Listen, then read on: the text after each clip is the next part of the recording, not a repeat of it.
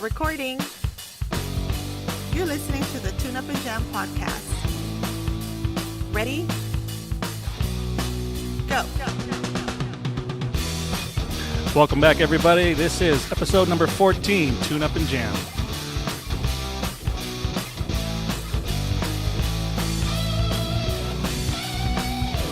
Tune Up and Jam.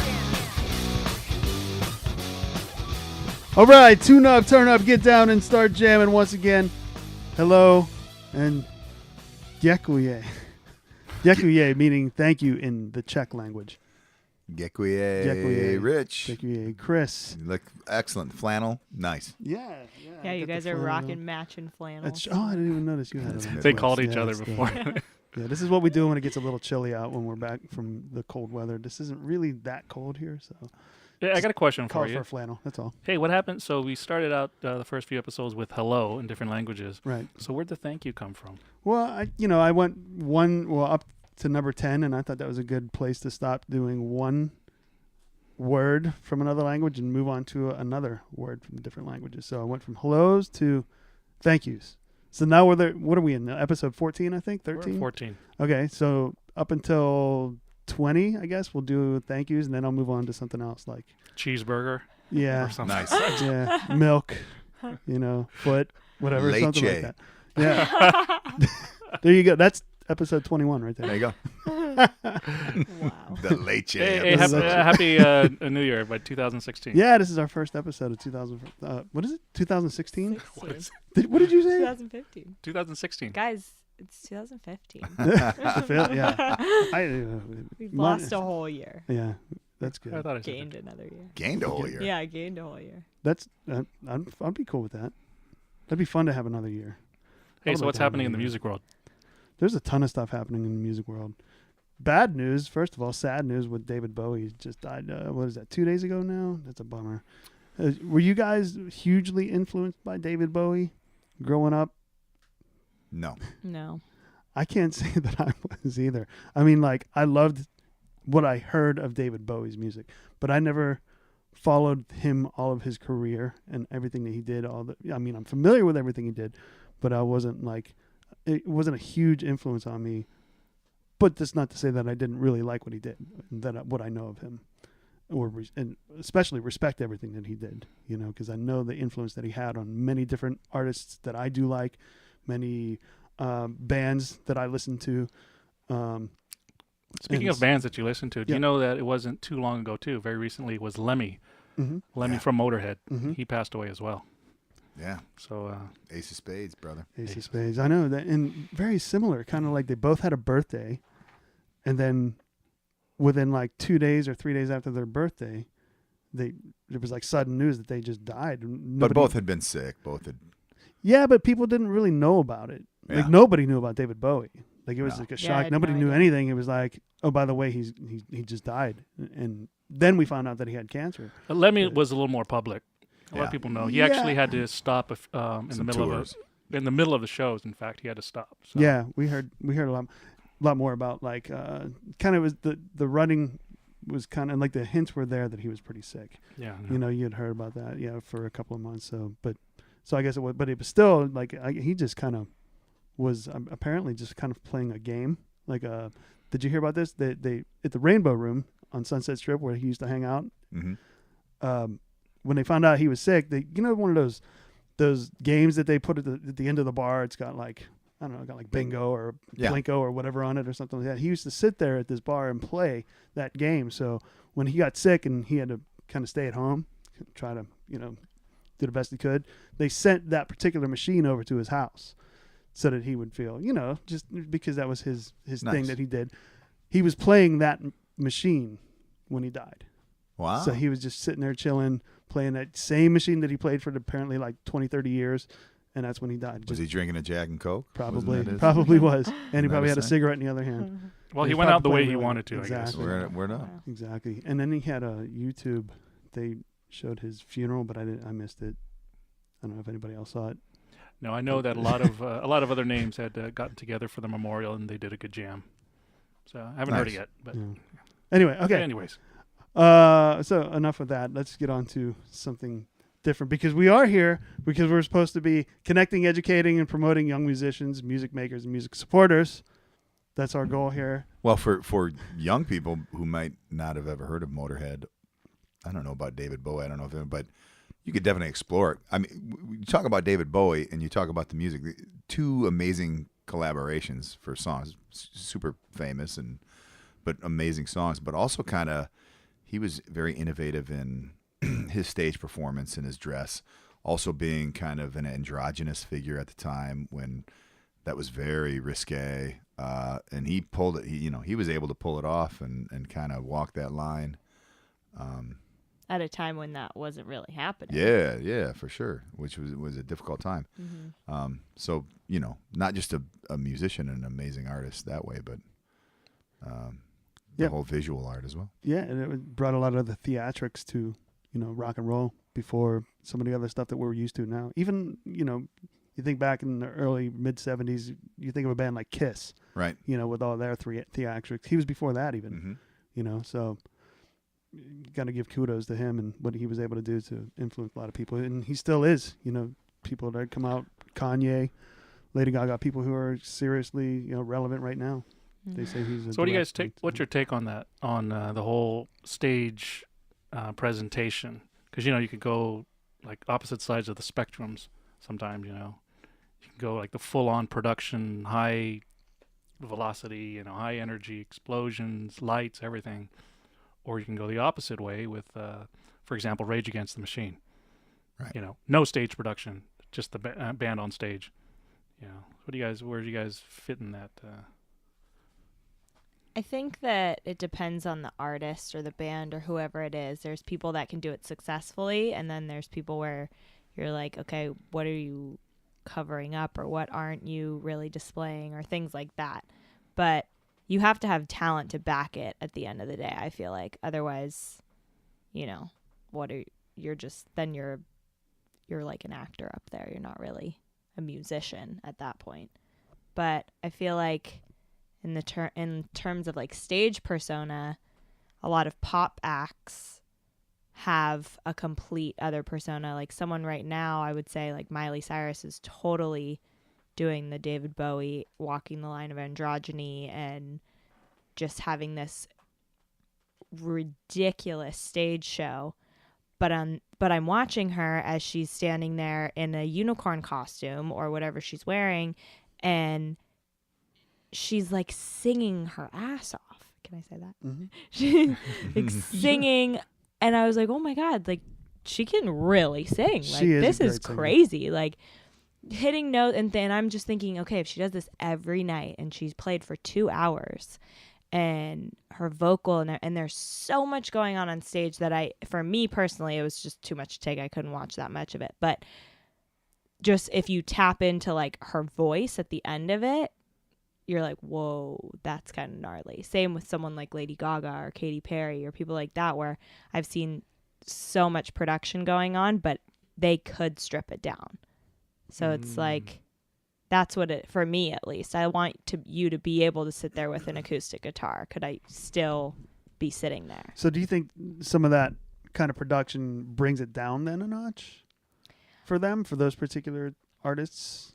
I think that it becomes less about the song at that point and more about the visual art, like you were saying. So it becomes a whole, an aesthetic thing that you're watching, and you're like, ooh, I'm so thoroughly entertained from what you're saying to how you're doing it to what you're wearing to what where I think it depends on the person. What are you going to a show? Do you want to go to a show because you want to be entertained, or do you want to hear music? Do you want to hear the song? What kind of the artist, what grabbed you to begin with? And I'm being a songwriter, I want to listen to those lyrics. I want to hear your vocals.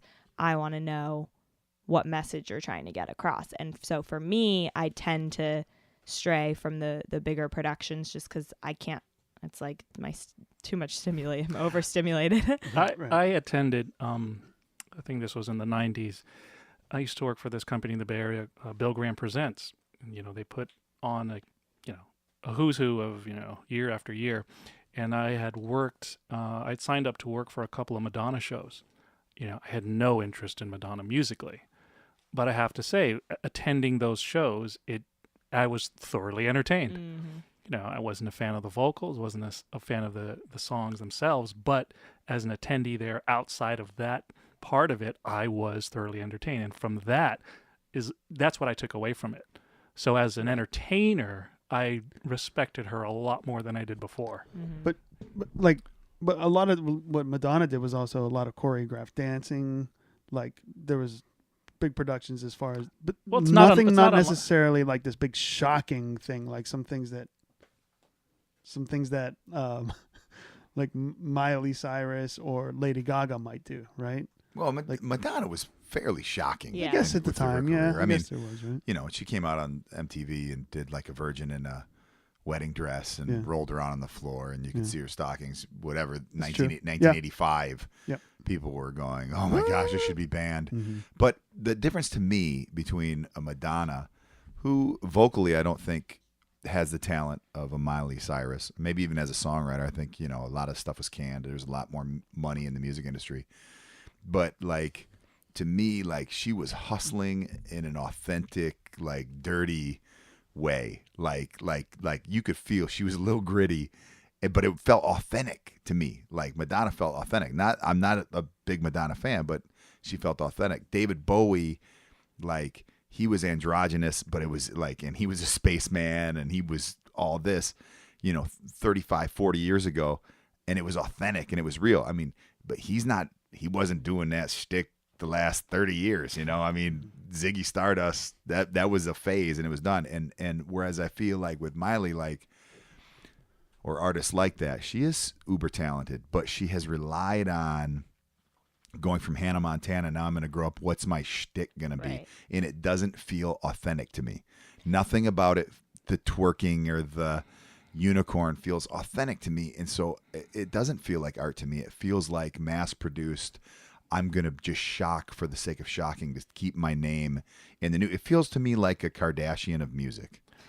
But is it because it's been done already so many times, every which way? I don't know. I don't know how I don't know if it's my age. I don't know but something about it just doesn't seem real. It I seems think that very it has- contrived. I think it has to do with the fact that you know so much about the person already, with paparazzi and Twitter updates and Instagram, and then walking around, and you're so intertwined into their daily life that if they post a picture of themselves chilling at home, you're like, well, that's not authentic.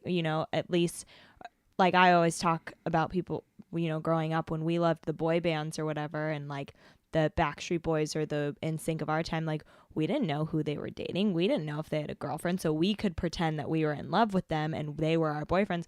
Whereas now the One Direction people use, they're dating this person, they're dating this person. So they can't make a move without us seeing it and judging it, and therefore seeing, if their shtick, like David Bowie, I doubt he walked around every single day dressed as Ziggy Stardust and had paint on his face and did the whole thing, but we only saw what he let us see, so we were like, oh, this guy is great, he's like so revolutionary.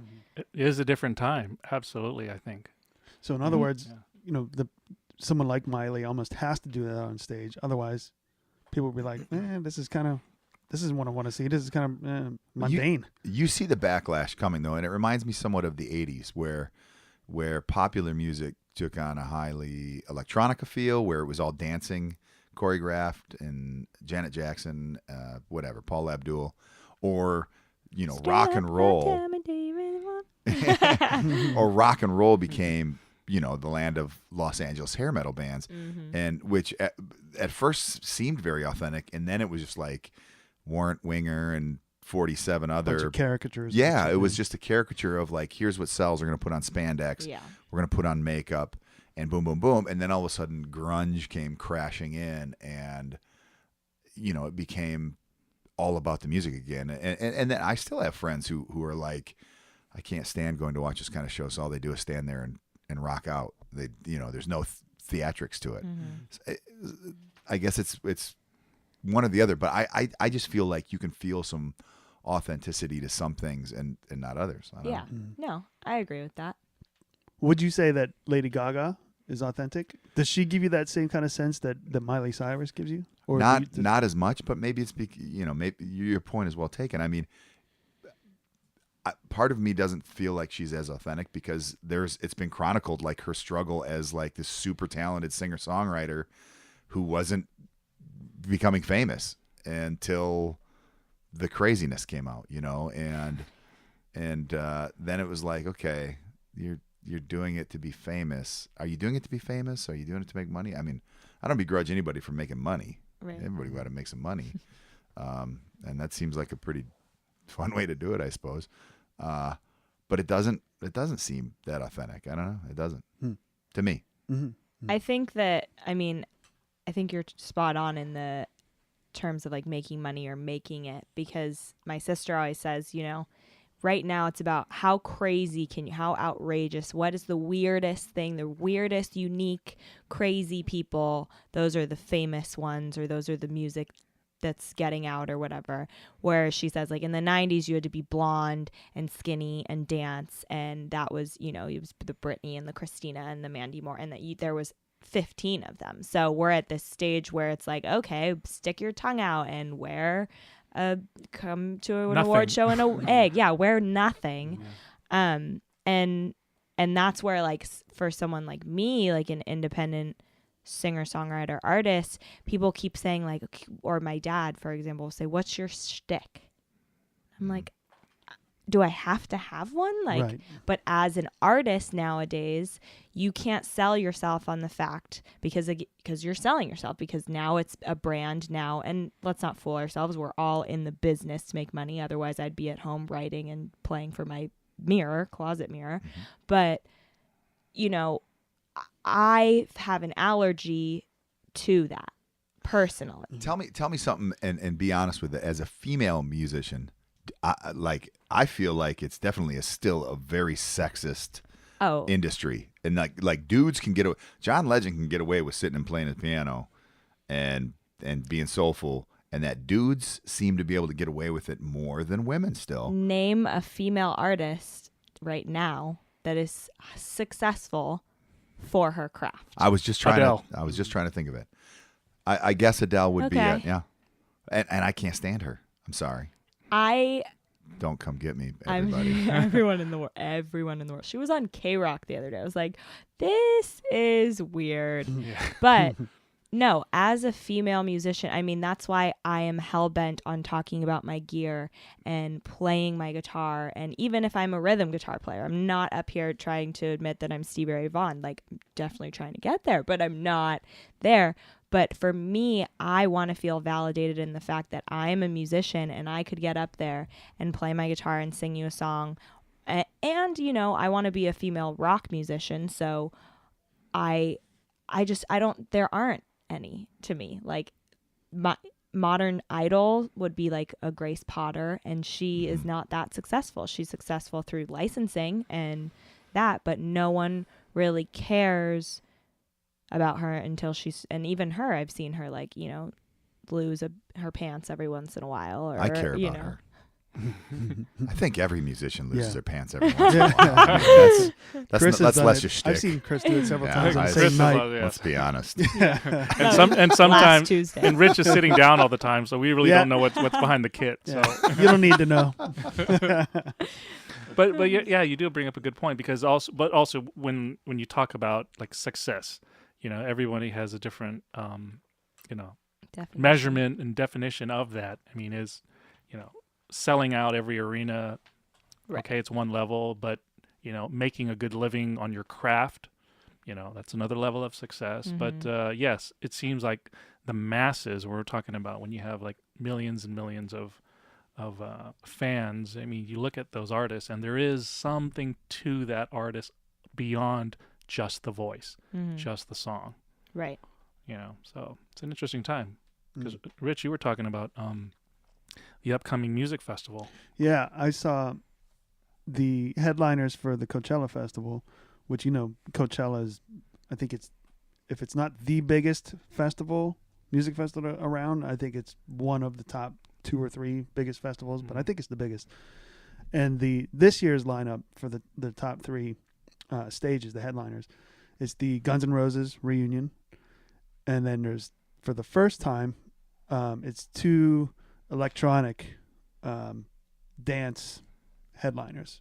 One is the Calvin Harris, and the other one is the LC. What is it? LCD. Sound LCM. system. Is it LCM or LCD? LCD sound. LCD system. sound system, who apparently are also reuniting, but they just kind of broke up a couple years ago or something like 2012, 2011. So this is some sort of a reunification of that band.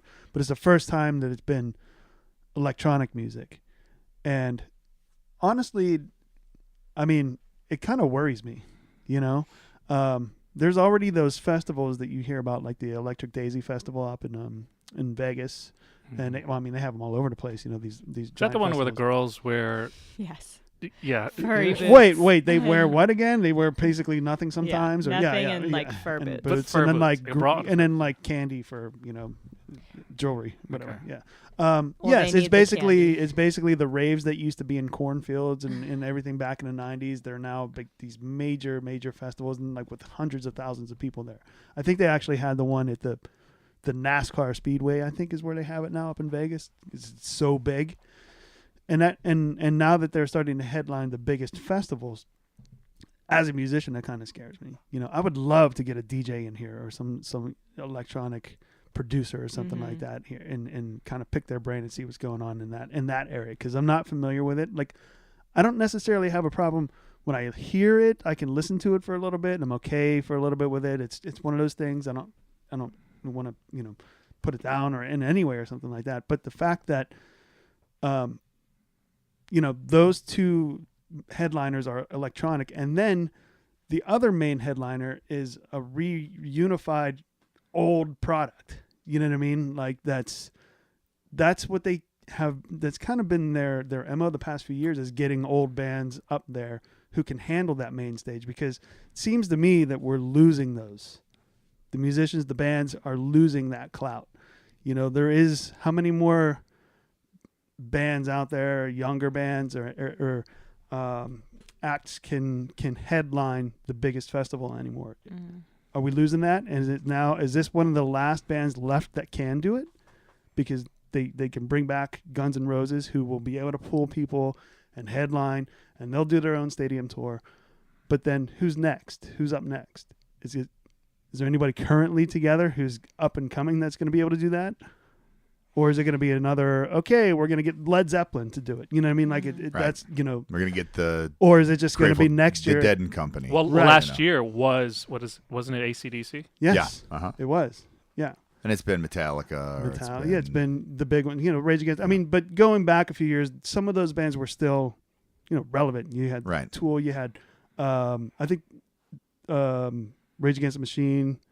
But we're still talking early 90s when these bands first came out. Yeah, when they first hit. Right. Yeah. So, but they were still in their relevancy, I guess, but, it's been a while. But, and then there was the other disturbing thing, speaking of women, there hasn't been a woman headliner since 2007. Until, guys, surprise, I'm headlining. Yeah, we knew you could do it. And it's all because of this show. Yeah. But there hasn't been a woman headliner since Bjork in 2007. And this year, kind of like the way I read it, it was like, how whenever you're reading the acts, they're like the second line down when you're leading, or the third line down, the acts who are playing. There's only like maybe 11 women acts I'd like or something to like count. that. Mavis There's not that Staples. many. Talking about rehashed. I'm looking through the list, and I'm I looking don't at it too. know It's just pretty 90% crazy. of these bands, or groups or whatever they are, which makes me feel like I'm 100 years old. I did see Matt and Kim. I've seen them live once, completely by accident. And Gary Clark Jr. is a cool. Gary Clark Jr. is cool. yeah. There's a couple. There's Chris Stapleton, Mhm. who, because of Justin Timberlake, I know who he is. Ice Cube. Ice Cube. Rich and Right. I saw him. Yep. I've seen him a couple of times. But, I mean, again, that's another oldie. Yeah. I mean, you're talking yeah. 25 years Yeah. old since he's been around. Yeah, but you have to remember too. This 30. is the music business, 30. and they're going to book acts that sell. And Of course. the electronic musician, or excuse me, Okay. EDM, if that's what's popular and that's what's going to draw in the crowds. I mean, Are there a bunch of people going to see Go Go Penguin? Have you heard of them? no. No, I sometimes I feel like they just make up names and put them Have on you seen there. the Jimmy Kimmel thing? Yeah, where they No. make up the names. They make up Yeah, names yeah. at Coachella. Oh, yeah, I have seen that. And then ask them what do you And think then about they're them. like, "Oh, what do you think about the I Purple think they're great, Daisies? yeah. Oh, they're going to be the new upcoming band." And they're just like, "Mate, Yeah, these people great. want to act. I have all their they- music. Yeah, they want to act like they're like on like before the curve, basically Yeah. of what's to come. So they want to be like be in with the crowd or whatever, and they just make total fools out of themselves. Yeah, that's hilarious. But at the same time, we have to remember we can't. I guess we can't. We can do anything we want, really. But freedom of speech." freedom of speech.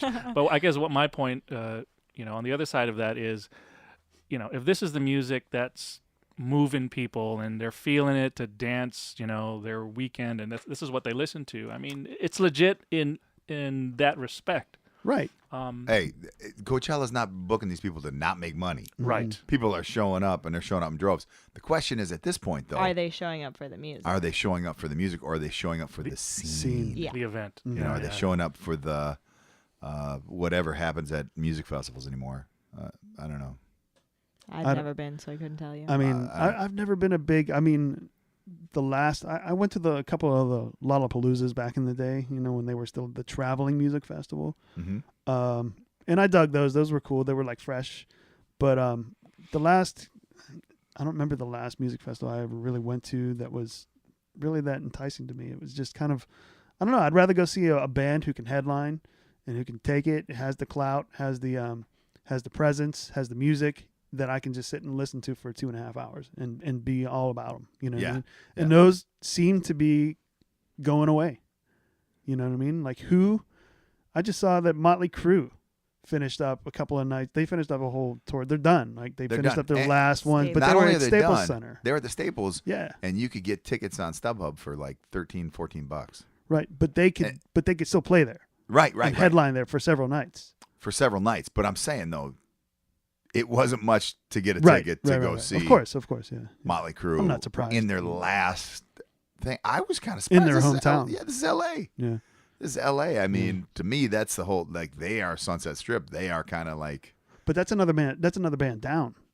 Who can't Yeah. do that anymore. I mean, like now I know there are some bands like Taylor Swift can do it. She did. I think she did a whole run at the Staples Center. But I also think, my personal view on Motley, Yeah, but go ahead. on Motley Crue is that they are touring on what they were.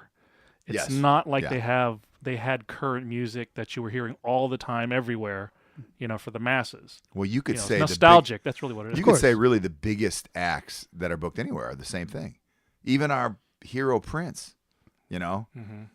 forget about, you go, who was playing there? There was Motley Crue was playing at Staples, and Dead and Company were playing at the Forum. That was On the New New Year's Year's Eve. Eve. Mhm. Okay, But so the two biggest venues in the LA, two biggest venues, you have two rehashed acts, So I don't know what that says about what's going on now. Not to mention the Dead did those five shows over the summer where they sold out stadiums, three nights or 2 nights up in Santa Clarita, and then 3 nights in Chicago. Right. And it was sold out, and it was like you couldn't get your. I mean, I saw the tickets were going for like $10,000, $15,000, $20,000, But like you said, I don't know what that says about what's happening now. The but hippies with Bill Walton money showing up and but seeing that. It's a little, yeah, it's true.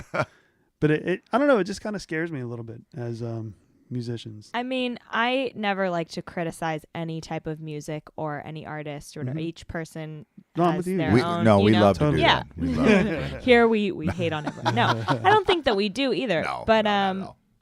I just think that the times are changing, or like the music industry is so rapidly, every day something has changed. Adele's not putting her album on Spotify, or this is like when Spotify is the thing. So wait, now what's going on? All these different things. Like I think I read an article of someone like Drake told his label, he's like, I'm not doing an album. I'm just going to release things, because the attention span of the audience with the smartphones and the access and the Instagram and the Twitter and the 24/7 access to your favorite artist, waiting the 9 months to a year it takes to make a record, they wouldn't care about you anymore. He's basically irrelevant by that time. So he's saying, I'm just going to release singles. I'm going to jump on, collaborations. I'm going to do whatever I can.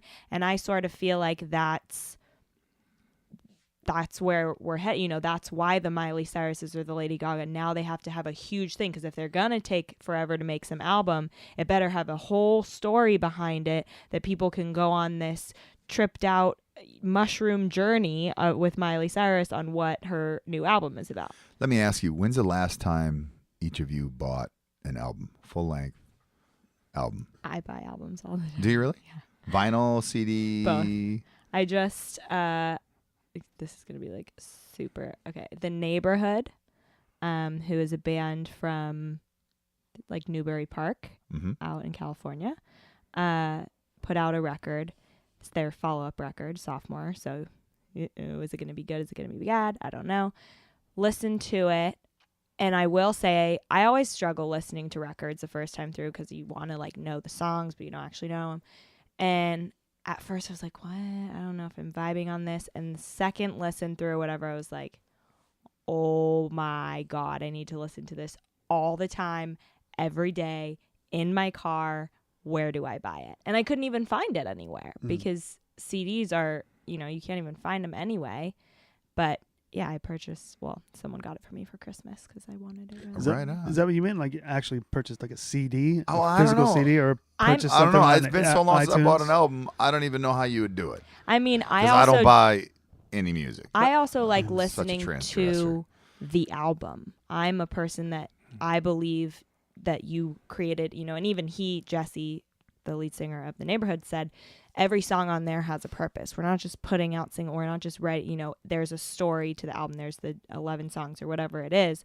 So for me, I want to sit there and I want to listen through, and because I'm sitting there and saying, okay, he put this song after this song, why, and what is this one about? You know, I'm very into the album. I also am into the quality, so I want to have the CD in my car, in my speakers. I don't want to play it off my aux cord. I want to be able to like hear the production behind it and the mixing and everything. I'm with you on that, because there were, I mean, even growing up in the days before MP3s, I used to love getting the albums, because, you know, even though everybody released singles, but my thought was, okay, if they're releasing this single and I like it, what other 9 to 10, whatever, 15 songs that I might like? So I'm going to get the album, you know, and then you can read the notes, you can read the everything. thank yous are my favorite. Everything, yes, you know, and those are the opportunities to learn about the industry, because you see these same names again, over and over again, the engineers, the producers, the studio musicians, True. who you wouldn't hear The otherwise. studio itself.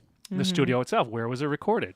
Exactly. So I'm totally into the album. Now, there are a few albums or a few artists, I would say, that I still would buy an actual CD, you know, with the cover art and everything. Right. You know, I still would, but it's definitely few and far between nowadays. And they're getting more creative in that. The new One Direction album, each one of the boys had their own cover, which I thought was genius. For the same for album? the same record. Oh my God, I want the hairy one. I want the like, so brilliant on the marketing standpoint. But then I also started feeling bad for like, what if the Louis ones don't sell out? But so flashback, you know, The ugly one in One Direction. That's awesome. flashback showing the age here, but this was done. Mm-hmm. This was done, and it was done by Kiss. Mm-hmm. Nice. And so Yeah. all the 4 members had their own individual albums it's outside. not exactly this though, because each individual they released their own solo album. It wasn't the exact same album. No, this is so it's the the same new, album. There's a cover with different all colors. of them. You know, Ace Frehley's And had then to there's be the each biggest one. seller. It was. in that. Yeah, It was. Ace is You the know. man. Ace is the best Yeah. in Kiss. Yeah. I would have. I think it's a great marketing tool. Ace is the man. I love his reality show. Yeah. You want to talk about a marketing genius? Yeah. Dude. Yeah. That dude, he'll sell anything. Oh yeah. I would buy it too. Any- I'm so into it. He pimps his wife and I kids just- out, man. This dude. He don't His care, son, yeah. I love his son. He Yeah, he's a cracks cool me dude. up. Yeah, that's a cool family. I have not seen that. Yeah, Oh my gosh, it's so good. but yeah, that was 40 years ago almost now that they did that. Those, Yeah, but yeah, it's not exactly the same, but it's the whole marketing, you know, ploy of, you know, dividing the band or the group. but that is a good idea. I mean, what they did there. That's I thought it was. because as far as I know, it I hasn't been definitely done wanted the since hairy Kiss. one. You did? Yeah. Did you get it? No, I got the one with all of them. Oh, you did. So I felt bad at the Did end. you of buy the the day. CD? I bought the CD. So I don't. I that's- buy that's- CD. That's me. That's though. amazing. I want to see, like you were saying, who produced it. And I can look it up on Wikipedia or whatever, which I do. When the other game I like to play with myself, this is me geeking out, but for pop artists nowadays, I can listen to a track and I'm like, okay, like for example, 5 Seconds of Summer, pop punk or whatever. Alex Gaskarth, who is the lead singer of All Time Low, another pop punk band. I can tell when he's written a song. So I'll listen to it. That is an Alex song for sure. And then I'll listen and then I'll go on the track listing. Oh, there he is, written number 2 or whatever. I like to know. I can, but I'm also paying attention to who's writing it. Justin Trainer or Tranter, someone like that, is writing all of Justin Bieber and Selena Gomez's tracks right now. It's just like there are these bangers that maybe maybe I don't have the most substance in the world or they're repetitive, but I'm a sucker for a hook or a chorus, or because I can't really write them like that. I'm more of a wordy, as we can tell from me going on and on and on, songwriter in the sense that I'm writing a story. So I'm going to take you through a journey, whereas someone that's just hitting you in the face with Justin Bieber, what do you mean? And you're just in your car rocking out. Like I can't hate on it. I kind of love it. I love the escape of like, oh my God, I just got to like jam out and dance. Well, for part 30 of that minutes. whole thing too is, it's knowing the players in the game here. When you're seeing, you're trying to, and you're recognizing who's who, or the writing style, because as you get out there, it's good to know, who are the players, whether it be, it's not just the person in the spotlight all the time too. If you run into, whatever songwriter or who's working with so-and-so, it does help, you navigate, I guess, the direction you want to. Yeah. I geek out on like producers all the time. If I see them at shows, I'm like, oh my God, you produced my favorite record. They're like, how do you even know who I am? I'm like, I love you. See, and that makes you a connoisseur, you know what I mean, of music, really, more than just a music fan or a music listener. Right. And I kind of worry, and we all at some point or in one way or another are like that, you know what I mean, like with our certain interests or fan. We're like that, but I wonder, and I worry that are we kind of like a breed that's going away? You know what I mean? Like, how like jazz back in the day and big band was the thing, was the big deal. Now it's kind of like it's got its niche and that's it. There's people. I mean, I saw some everybody incredible can really jazz music in San Francisco. Yeah, like a lot of people appreciate jazz, and a lot of people say nobody will say I can't stand jazz. You never hear that, but but there's really a small little cut of people who are the hardcore Right. jazzers, right? And it's been like that, and it's probably going to stay like that for a long time. Is that happening now with this kind of thing? And is there going to be something else that kind of just fully on takes over? And is it going to be that electronic stuff? Well, I think it depends No. on what you're saying this kind of thing is. Are we talking about rock and roll? Are we talking about pop? Are we talking about, I think all of it, any of it. I don't think any of it is dying. I just think that the EDM is so available and what's hot right now, just in the same way that jazz was hot then or grunge was in the 90s or Well, and also I think people said that in the 70s with like synthesizers. Oh, synthesizers, are they going to take over? Is it all going to, people said in the 80s with but now they are. No, now everybody's, Well, they kinda did in the 808, 808 drum Yeah. drum loops and synthesizers and special effects and sound effects and it's live music and I think we always think, but music it's just always going to surface. It's always going to surface. It's always going to come up. And that's not to say that electronic music isn't an art. It is.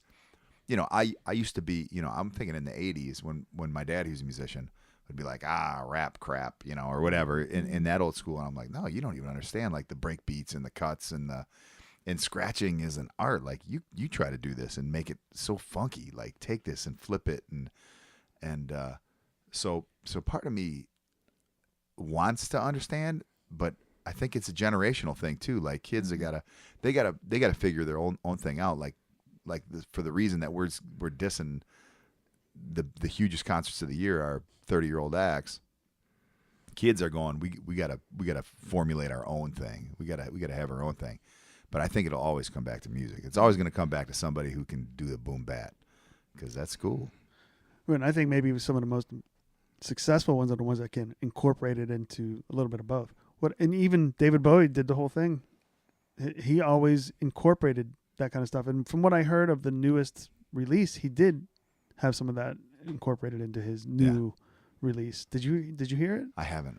Did anybody hear any of it? No. I kind of listened to it quickly, but he incorporates all that kind of stuff. He's always been experimental like that. And, Yeah. you know, so there hopefully will always be those people who will always intertwine everything like that too, you know, to keep it fresh. But you're right, I guess. I don't know. So what's the verdict here? The verdict is you got to find if you're a musician, find your genre. And that's not to say that you can't explore, like you're saying with David Bowie, and try out different things. But, you know, hone your craft first and then build your brand around it, I would say. And if you're not a musician, listen to all of it. Buy CDs. yes, My CDs. buy Come music, on. go to shows. You know what? If you're not a musician, why don't you become a musician? Yeah. Be open to all of it. More people to jam to. And here's the other thing too. I mean, if you're not interested in becoming a musician, or I guess you don't have the knack for it, there's always, if you have an ear, there's always the producing. And there's you start talking about the electronic music and assembling things, because it really, a good music maker can assemble the ideas and make it into something that's, something worthwhile. Yeah. Sounds good. Word. Nice. Fred All Norris right. moment. So with that, anybody got anything else to say? No, I guess just look us up, like us on Facebook, check us out online, tuneupandjam.com. Alexa? I will be playing, speaking of 80s music, I will be playing at the Wiltern Nice. on January 23rd. We are showing Fast Times at Ridgemont High, and I will be the house band playing all your favorite Go-Go's and the Cars Really? and some Stevie Nicks and the Eagles, and it's going to be awesome. That's awesome. That does sound awesome. We're rocking Yeah. out. January 23rd at the Wiltern? Jackson Brown, yes. That's a January Saturday? 23rd, Saturday. Is that a Saturday? It is a Saturday. All right. I think I might know what I'm doing that night. It's going to be awesome. That's really cool. So where can they find tickets? You can find tickets at www.thewiltern.com. I think maybe livenation.com as well. And you should come. It's going to be a really fun night. We got a lot planned. That sounds And really, don't really forget cool. to check out my music on www.alexamerrill.com and Twitter, Instagram, Facebook, all those things in our modern world. Just look up Alexa on Yeah, just Google, and Google she'll me. be the Google first her. 20, right? 20 I matches. think I'm up there, yeah. Yeah, nice. Cool. All right. With that, I think we're out. Spread the word, everybody. Later. Later.